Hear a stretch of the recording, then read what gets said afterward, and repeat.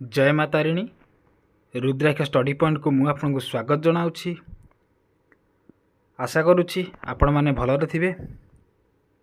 आउ ओटी तो सरी जाइए, एबे समय आसी सीटीटी रो समस्ते प्रिपेरेसन एबे सीटीटी पे करथिबे। प्रथम आम जानिबा कि कोउठरे केते मार्क आसुची, आउ सीटीटी रो पेपर 1 अच्छी पेपर 2 अच्छी, कोउठरे केते मार्क आसुची, कौन कौन टॉपिक अच्छी, आउ पेडागोजी आम पे केते महत्वपूर्ण ता विषय आज आलोचना करिबा। आसंतु समय नष्ट न करी आरंभ करिबा।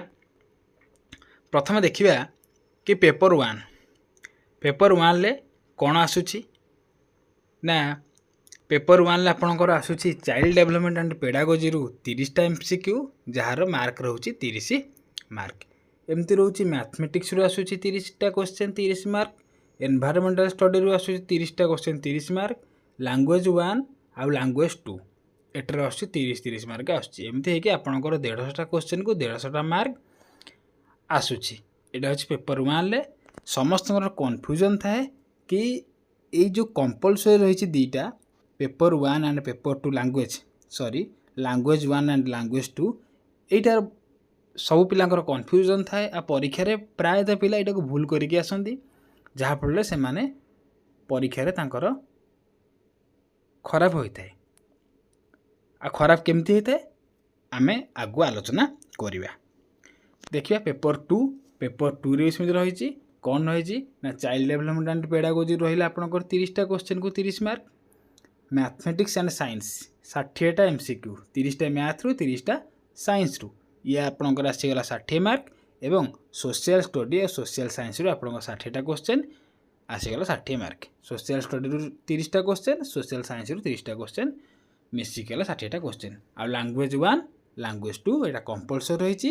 एटा भितर आम कन्फ्यूजन बहुत पिला होची, दुईटाकर सेम जिनस अच्छी आम से कन्फ्यूजन टाक दूर करदे। आपण मैंने यहाँ गोटे भल भाव लक्ष्य करूँ, प्राय पिला परीक्षा ये भूल करती जहाँफल सीटीटी एग्जाम से क्वालिफाई करें ना।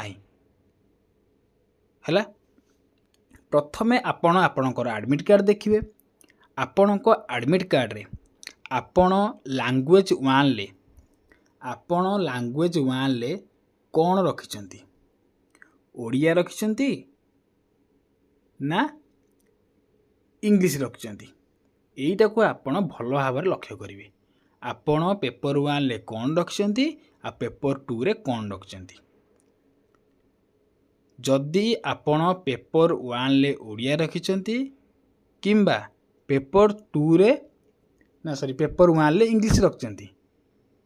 आपण एटा फॉर्म पकेला बेले आपन को ऑप्शन दिया जाय थाए कि आपण पेपर 1 ले कौन रखिया चाहउछंती, इंग्लिश रखिया चाहउछंती ना ओडिया रखिया चाहउछंती। एटा आपनकर इच्छाधीन काम। आपण माने जहाँ रखिथिबे सेही अनुसार परीक्षा रे आपनकर क्वेश्चन आसीथिबो। कौन आसीथिबो आपन को सीटीटी एग्जाम रे दुईटी पेपर देबे, आपन को दुईटा क्वेश्चन पेपर देबे, जोटा कि आपनकर गोटाकर थिबो 1 रु 150 मार्क थिबो, आउ गोटे क्वेश्चन देथिबे आपन को ओडिया पेपर गोटे अलगा देथिबे, जोटार कि आपनकर प्रथमे ओडिया गोटे थिबो 91 नंबर रु 120 नंबर जाए थिबो। आपन कहबे कि ओडिया रहिला गोटे पेपर ओडिया दिया गला सेटा रहिला 91 नंबर रु 120 नंबर, आ पेपर 1 रहिला आपनकर फास्ट जो दिथिबे सेटा 1 रु 150 रहिला। भलसे कहि दउ जाउ टिके देखंतु लिभे दिए। आपन को दुईटी पेपर देवे। आपन को फास्ट पेपर गोटे मोटा पेपर देवे, जोटा कि आपनकर 1 रु 150 पर्यंत क्वेश्चन थिबो, आउ गोटे आपन को देवे पेपर गोटे 2 देवे, जोटा खाली ओडिया थिबो, जोटा कि 91 नंबर रु 150 नंबर थिबो। बुझिहेला। जेतबेले आपणकर प्रथमे जो रहिला चाइल्ड डेवलपमेंट एंड पेडागोजी 30 टा क्वेश्चन सेटा रहबो 1 रु 30 नंबर पर्यंत। केते रहइबो ना 1 रु 30 नंबर पर्यंत रहइबो। तेबेले 1 रु 30 नंबर पर्यंत रहइबो आपणकर पेडागोजी सरी गला। तापर से मैथ साइंस ये तम रहिजो केते ना 31 रु 90। ଆଉ ଯେଉଁମାନଙ୍କର ସୋସିଆଲ୍ ଷ୍ଟଡ଼ି ଥିବ ସେମାନଙ୍କର ସେଇଠି ହେବ 31ରୁ 90 ସେମାନେ ସୋସିଆଲ୍ ଷ୍ଟଡ଼ିକୁ ଆଟେଣ୍ଡ କରିବେ। ସରିଗଲା। ୟା ପରେ ଆପଣଙ୍କର ଆସିଗଲା କମ୍ପଲସରି ନା ସରି କହୁଛି ଲାଙ୍ଗୁଏଜ୍ 1 ଆଣ୍ଡ ଲାଙ୍ଗୁଏଜ୍ 2। ଯଦି ଆପଣ ଲାଙ୍ଗୁଏଜ୍ 1ରେ ଓଡ଼ିଆ ସିଲେକ୍ଟ କରିଥିବେ ତାହେଲେ ଆପଣ ଯେଉଁ ଏକ୍ସଟ୍ରା ଯେଉଁ ଓଡ଼ିଆ କୋଶ୍ଚିନ୍ଟା ଦିଆହେଇଥିବ ସେଇଟାର 91 ନମ୍ବରରୁ ସେଇଠିରେ 91 ନମ୍ବରରୁ 91 ନମ୍ବରରୁ 120 ନମ୍ବର ଯାଏ କୋଶ୍ଚିନ୍କୁ ଆଟେଣ୍ଡ କରିବେ ଏବଂ 121 ନମ୍ବରରୁ 150 ନମ୍ବର ବୋଧେ ଇଂଲିଶ କୋଶ୍ଚିନ୍କୁ ଆପଣ ଆଟେଣ୍ଡ କରିବେ। ସେ ଇଂଲିଶ କୋଶ୍ଚିନ୍ଟା କେଉଁଠି ଥିବ ନା ମୋଟା ପେପରଟାରେ ପେପର 1 ଥିବେ ସେଇଟାରେ ଥିବ। କାରଣ ସେଇଟାରେ ବି 91 ନମ୍ବରରୁ 120 ନମ୍ବର ପର୍ଯ୍ୟନ୍ତ ଇଂଲିଶ ଥିବ, ପୁଣି 121ରୁ 150 ନମ୍ବର ପର୍ଯ୍ୟନ୍ତ ଇଂଲିଶ ଥିବ ଏବଂ ଆଉ ଗୋଟେ ପେପର ଦିଆଯାଇଥିବ ଓଡ଼ିଆ, ସେଇଟା ବି 91 ନମ୍ବରରୁ 120 ନମ୍ବର ପର୍ଯ୍ୟନ୍ତ ଓଡ଼ିଆ ଥିବ, 121 ନମ୍ବରରୁ 150 ନମ୍ବର ପର୍ଯ୍ୟନ୍ତ ଇଂଲିଶ ଥିବ। ଆପଣମାନେ ଏଇଠି କନଫ୍ୟୁଜନ୍ ହେବେନି। ଆପଣମାନେ ଯଦି ଲାଙ୍ଗୁଏଜ୍ 1ରେ ଓଡ଼ିଆରେ ରଖିଛନ୍ତି ତେବେ ଆପଣ ମନେ ରଖିଥିବେ ଆପଣ 91 ନମ୍ବରରୁ 120 ନମ୍ବର ପର୍ଯ୍ୟନ୍ତ ଥିବା ଓଡ଼ିଆ କୋଶ୍ଚିନ୍କୁ ଆଟେଣ୍ଡ କରିବେ ଏବଂ 121ରୁ 150 ନମ୍ବର ପର୍ଯ୍ୟନ୍ତ ଥିବା ଇଂଲିଶ କୋଶ୍ଚିନ୍କୁ ସେକେଣ୍ଡରେ ଆଟେଣ୍ଡ କରିବେ। ଏଇଟା ଆପଣଙ୍କର ପେପର 1 ଯଦି ଓଡ଼ିଆ ରଖିଛନ୍ତି, ପେପର 2 ଯଦି ଇଂଲିଶ ରଖିଛନ୍ତି। ଯେଉଁ ପିଲାମାନେ ପେପର 1 ଲାଙ୍ଗୁଏଜ୍ 1କୁ ଇଂଲିଶ ରଖିଛନ୍ତି ସେମାନେ 91 ନମ୍ବରରୁ 120 ନମ୍ବର ପର୍ଯ୍ୟନ୍ତ ଥିବା ଇଂଲିଶ କୋଶ୍ଚିନ୍କୁ ଆଟେଣ୍ଡ କରିବେ ଏବଂ 121ରୁ 150 ନମ୍ବର ପର୍ଯ୍ୟନ୍ତ ଥିବା ଓଡ଼ିଆ କୋଶ୍ଚିନ୍କୁ ଆଟେଣ୍ଡ କରିବେ। କାହିଁକିନା ଆପଣଙ୍କର ପେପର ଲାଙ୍ଗୁଏଜ୍ 2ରେ ରହିଛି ଓଡ଼ିଆ,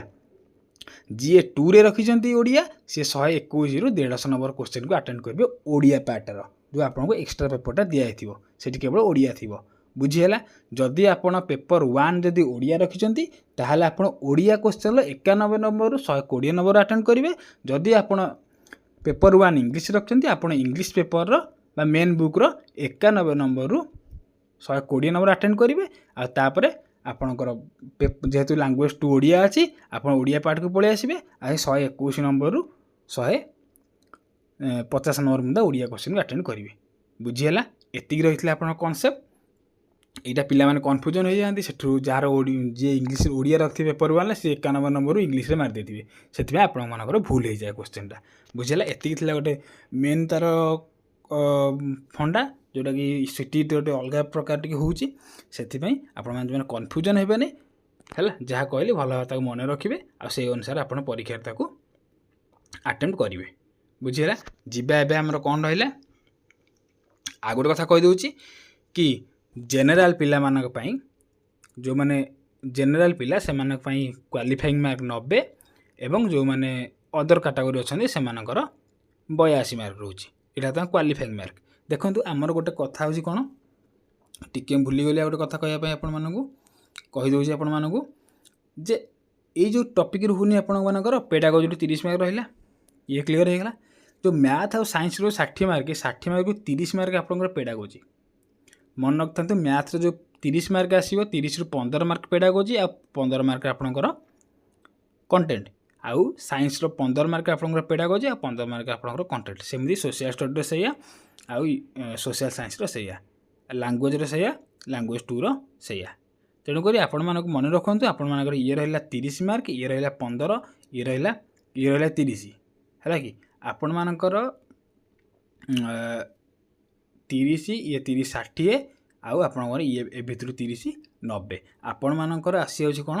ନା 90 ମାର୍କ ଆସିଯାଉଛି ଆପଣଙ୍କର ପେଡାଗୋଜି, 90 ମାର୍କ ଆପଣଙ୍କର ଆସିଯାଉଛି ପେଡାଗୋଜି। ବୁଝିହେଲା? ତେଣୁକରି ଗୋଟେ କ୍ୱାଲିଫାଏ କରିବା ପାଇଁ ଆପଣଙ୍କୁ ପେଡାଗୋଜିଟା ଆପଣଙ୍କୁ ବହୁତ କାମରେ ଲାଗିବ। ତେଣୁକରି ସେଇଥିପାଇଁ ଆମେ ଭାବିଲୁ କି ଆପଣମାନଙ୍କୁ ପେଡାଗୋଜିରେ କ'ଣ କ'ଣ ପଢ଼ିବା ଦରକାର ଆଉ କେଉଁଟା ପଢ଼ିଲେ ଆପଣମାନେ ସହଜରେ ସଫଳତା ପାଇପାରିବେ ବା କ୍ୱାଲିଫାଏ କରିଯିବେ, 90 ମାର୍କ ହଉ କିମ୍ବା 82 ମାର୍କକୁ ରଖିପାରିବେ। ସେଥିପାଇଁ ଆମେ ଟ୍ରାଏ କରିଛୁ। ଯେଉଁ କୋଶ୍ଚିନ୍ ଆସୁଛି, ଯେଉଁ କଣ୍ଟେଣ୍ଟ ଅଛି ସେଇ ବିଷୟରୁ ଆମେ ଆପଣମାନଙ୍କୁ ଆଜି କିଛି ସମ୍ୟକ ଧାରଣା ଦେବୁ, ଯେଉଁଟାକି ଆମେ କ୍ଲାସ୍ ବି ଆଣିବୁ ଆଉ ଆପଣମାନଙ୍କୁ ପ୍ରଥମେ ସିଲାବସ୍ଟା ଉପରେ ଟିକେ ଡିସ୍କସନ୍ କରିଦେଉଛୁ କ'ଣ କ'ଣ ଟପିକ୍ ରହିଛି। ଆସନ୍ତୁ ଦେଖିବା କ'ଣ କ'ଣ ଟପିକ୍ ରହିଛି। ଫାଷ୍ଟ ରହିଛି କନସେପ୍ଟ ଅଫ୍ ଡେଭଲପମେଣ୍ଟ, ମାନେ ବିକାଶର ଧାରଣା କ'ଣ ରହିଛି। ବିକାଶର ଧାରଣା କଥା ଆସିବ, ବିକାଶ କଥା ଆସିବ, ଡେଭଲପମେଣ୍ଟ କଥା ଆସିବ, ତାର କ୍ୟାରେକ୍ଟରିଷ୍ଟିକ୍ସ ରହିବ, ତାର କ'ଣ ବୈଶିଷ୍ଟ୍ୟ, ବିକାଶର ବୈଶିଷ୍ଟ୍ୟ ତ ରହିବ। ଟାଇପ୍ସ ଅଫ୍ ଡେଭଲପମେଣ୍ଟ, तार माने कौन विकास प्रकार आ difference between growth and development बुद्धि और विकास मध्य पार्थक्य कौन रही factor responsible for growth and development है कि जो वृद्धि आ विकास को प्रभावित करुवा कारक गुड़िक कौन है तापर स्टेजेस ऑफ डेभलपमेंट है कि स्टेजेस ऑफ डेभलपमेंट कौन ना आपणकर कौ कौ पर्याय रही तार विकासर कौ कौ पर्याय रही तार प्रिंसिपल ऑफ डेभलपमेंट विकासर सिद्धांत बा तार कौन तार नीति कौन रही डाटा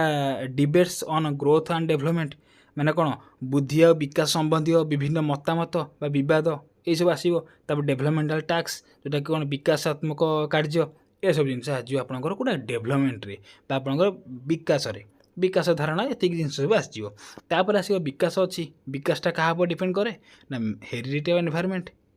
बुझे कि नहीं कौटा डिपेंड करे ना हेरिडिटी एनवायरनमेंट हेरिडिटी कौन कि हेरिडिटी हूँ आपंकर वंशानुक्रम आ एनवायरनमेंट कौन एनवायरनमेंट हूँ परिवेश तो ये विषय आस तार मिनिंग तार माने कौन रही है कि तापर आसला कौन ना effect of heredity and environment on development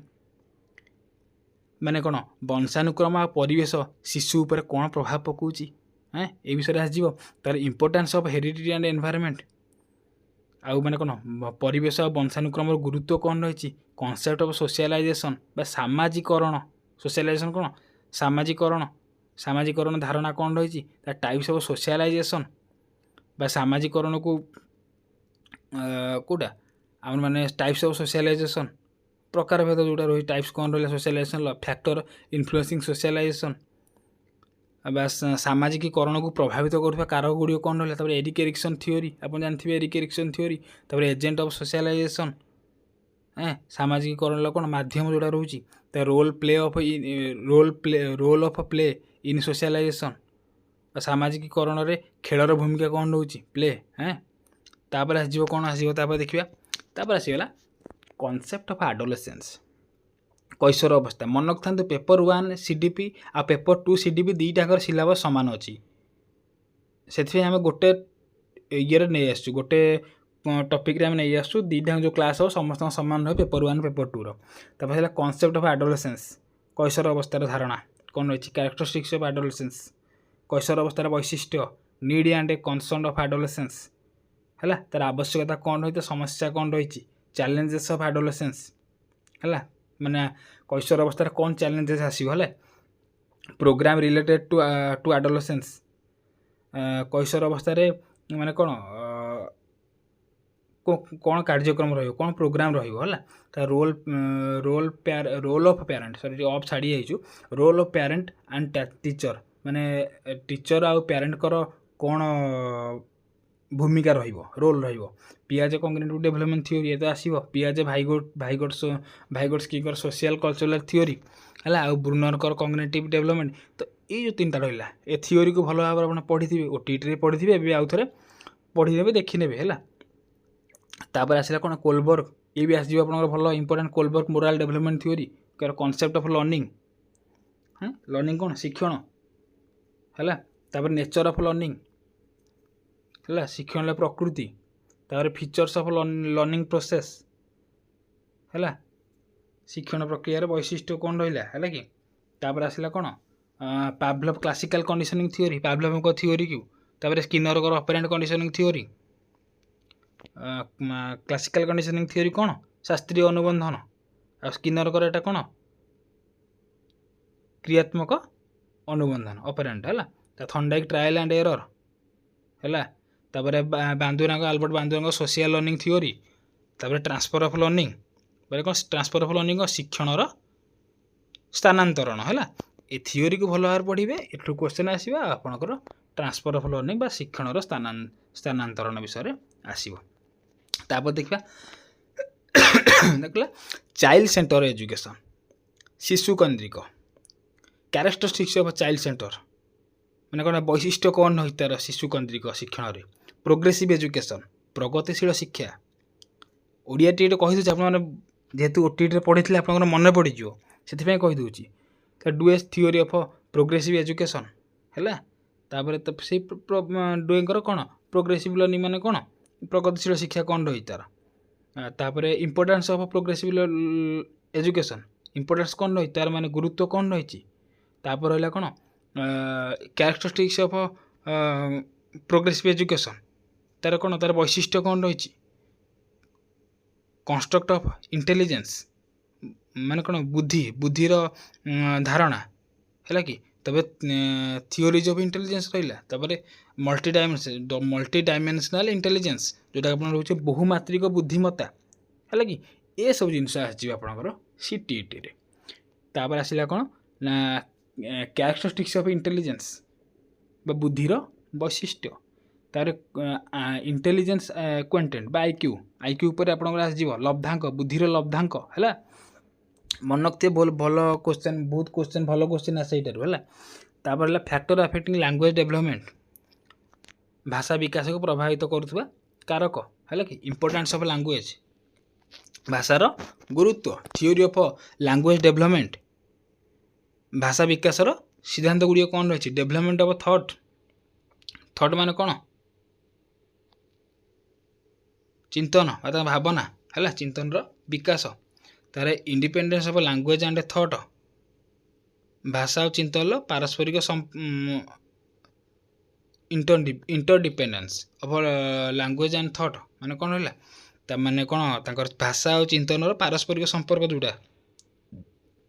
भीतर कौन इंटरडिपेंडेंस रही है पारस्परिक संपर्क कौन रही जेंडर रोल लिंगगत भूमिका तब जेंडर स्टेरियोटाइप एंड डिस्क्रिमिनेशन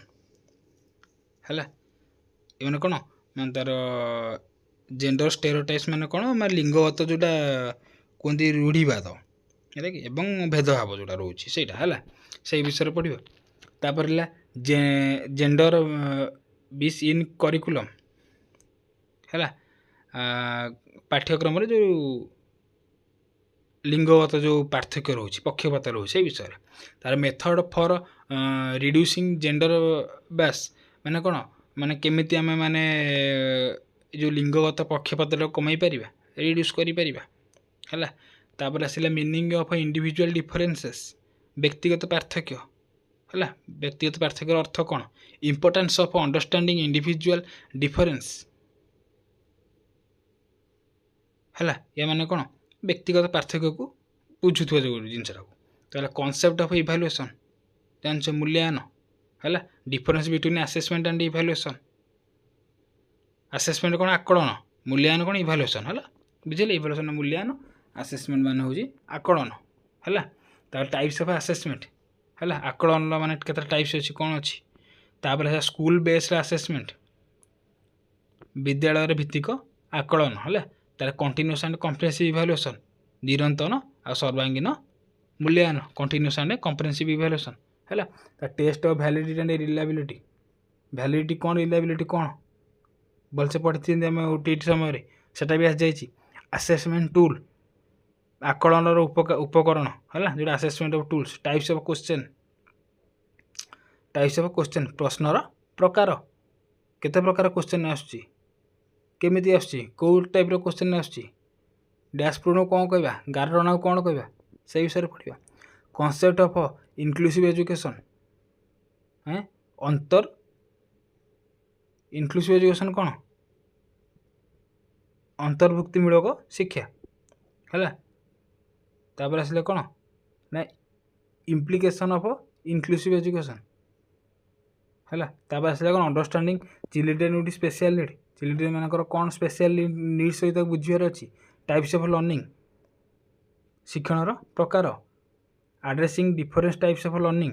विभिन्न प्रकार शिक्षार्थी आवश्यकता समाधान करने पद्धति डिजेबिलिटी एंड इम्पेयरमेंट बा अक्षमता जो मैंने अच्छा दुर्बलता असक्षमता है ता विषय पढ़ा मैंने देखी पारना कही पारना चली पार माने पढ़ापी अबाज्ञा हो डिजेबिलिटी किसी रही अक्षमता रही से केमी पढ़ा कौन कर से विषय अच्छी टाइप्स ऑफ डिजेबिलिटी अक्षमतार अक्षमतार प्रकार केते प्रकार रही जोटा कहली कि क्या देखा होनी किए शुणा जाऊनी है किए लिखिपारूनी यही सब जिन रोचे types of learning disability types केते रही तार है तार कैरेक्टरिस्टिक्स ऑफ गिफ्टेड लर्नर जो मैंने गिफ्टेड लर्नर है मेधावी छात्र से कौन रही कैरेक्टरिस्टिक्स कैरेक्टरिस्टिक्स टैलेंटेड लर्नर तांकर भी कौन टैलेंटेड जो मैंने टैलेंट अच्छी प्रतिभाशाली शिक्षक से शिक्षार्थी तापर पेडागोजिकाल स्ट्राटेजी है तार कौन शिक्षण कौशल रही जोटा पेडागोजिकाल स्ट्राटेजी कहते तार थिंकिंग प्रोसेस इन चिल्ड्रेन शिशु मानकर चिंतन प्रक्रिया steps of improve thinking in children कौन है शिशु मानकर चिंतन प्रक्रिया जो है विकास उपर कौन पदक्षेप आम नहीं पार स्टेप ऑफ इम्प्रूव तापर टीचिंग स्किल शिक्षण कौशल है तापर आसला टीचिंग लर्निंग प्रोसेस शिक्षा शिखिबार प्रक्रिया बुझीगला तापर आसवा आमर मेथड ऑफ टीचिंग लर्निंग शिक्षादान शिक्षण प्रक्रिया है ये जो कहली कौन टीचिंग लर्निंग शिक्षादान शिक्षण है मेथड ऑफ टीचिंग हो शिक्षादान शिक्षण पद्धति तापर स्ट्राटेजी ऑफ टीचिंग शिक्षादान कौशल कौन रही प्रोब्लेम सॉल्विंग समस्या समाधान तापर से child as a problem solver बा कौन आम जो कहते समस्या समाधान जोटा कहते छुआ माने समस्यार समाधान भाव में शिशु केमी निजे गोटे समस्यार समाधान कर पुट लुइन्स फील्ड थ्योरी से थ्योरी पढ़ा पड़ो तापर आसला experimental learning theory by Carl Rogers इनका थ्योरीटा पढ़ार आसो तापर आसला कंपोनेंट्स ऑफ कॉग्निशन ज्ञानात्मक प्रक्रिया है ज्ञानात्मक प्रक्रियार उपादान कौन रही कंपोनेंट है टाइप्स ऑफ कॉग्निशन ज्ञानात्मक प्रक्रियार केते प्रकार रही नेचर ऑफ इमोशन भावनार प्रकृति तार इमोशन कौन रही तार भावना कौन रही तापर आसला फीचर ऑफ इमोशन भावनार वैशिष्ट्य है एति जिनस रहा परवर्ती देखिए रहा फैक्टर ऑफ इमोशन माने कौन ना भावना को प्रभावित करुवा कारक importance of emotion in education शिक्षारे भावनार गुरुत्व टाइप्स ऑफ मोटिवेशन प्रेरणार प्रकार कैरेक्टरिस्टिक्स ऑफ मोटिवेशन प्रेरणार वैशिष्ट्य प्रिंसिपल ऑफ मोटिवेशन कौन प्रिंसिपल ऑफ मोटिवेशन प्रेरणार सिद्धांत तापर आसला कौन नेशनल करिकुलम फ्रेमवर्क 2005 2005 कौन रही नेशनल करिकुलम फ्रेमवर्क तापर आरटी है आरटी 2009 से विषय पढ़ा एनईपी 2020 विषय पढ़ा तापर डिफरेंट स्कीम इन एजुकेशन जोटा रही कौन शिक्षा क्षेत्र जो विभिन्न योजना सब कराई ता विषय में पढ़ा है एतिकी ओभरऑल थिला आपण मानकर सिलेबस एतिकी ऊपर आपण माने पढ़ीदेले आपण मानकर सीडीपी रे भल मार्क आसजिवो आपण मानकु क्वालिफाई करिया पे सुविधा हबो आशा करूछि आपण माने आजिर भिडियोटी आपण मानक परीक्षा रे आपणको परीक्षा दबारे आपणको सहयोग करिवो आपण माने सिलेबसटा को बुझिला माने आपण माने जानंतु कि आपणको 30% पाठ हो गला आपण माने ई सिलेबस अनुसार पढ़ापढ़ी आरंभ करंतु आम भी आपण नै क्लास आणुछु आ मेन इंपोर्टेंट टॉपिक आम आणुछु आउ सिलेबस वाइज आम आणबु जेमिति आपणको कहिलु से अनुसार हम क्लास आणबु जोटा कि आपणकर परीक्षा पे आपणको सहयोग हेबो आपण माने भलो भाबरे पेपर 1 आ लैंग्वेज 2 रो कन्फ्यूजन दूर करेंगे जदि कन्फ्यूजन दूर ना आप कमेंट माध्यम जनइबे आम यहाँ आपणकर डाउट को क्लीयर करने चेष्टा करूँ एवं आपण मैंने पढ़ापढ़ी भल भाव आरंभ करूँ